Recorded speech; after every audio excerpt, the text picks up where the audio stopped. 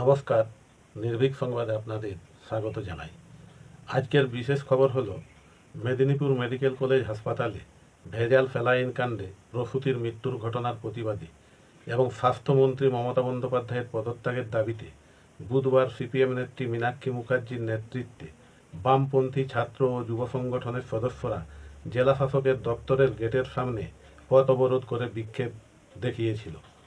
সেই অবরোধ কর্মসূচিকে অবৈধ ঘোষণা করে বিশাল পুলিশ বাহিনী তা তুলে দিতে গেলে মীনাক্ষী সহ বামপন্থী ছাত্র যুব সদস্যদের সঙ্গে পুলিশের বচসা ও ধস্তাধস্তি শুরু হয়। ঘটনার আন্দোলনকারী ৩ জন এবং একাধিক পুলিশকর্মী আহত হন।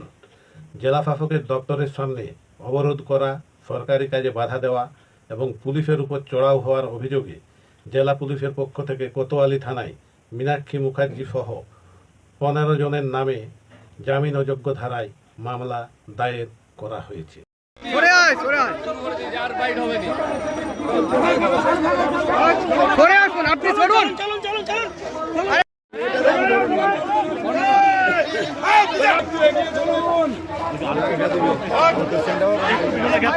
ছাড়ো, মিছিলের ভেতরে যাও, তোমরা মিছিলের ভেতরে যাও। ভাই সামনে শুধু পেশার লোকেরা থাকবে।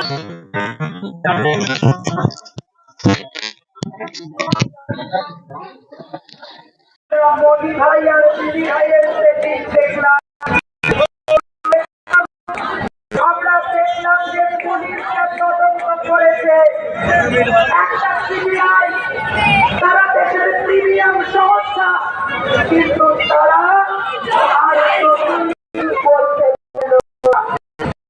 যেমন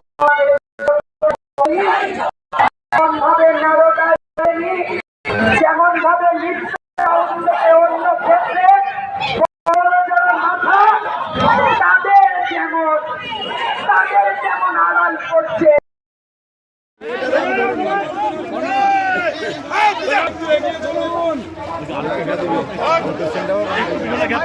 ছাড়ো, মিছিলের ভেতরে যাও, তোমরা মিছিলের ভেতরে যাও। ভাই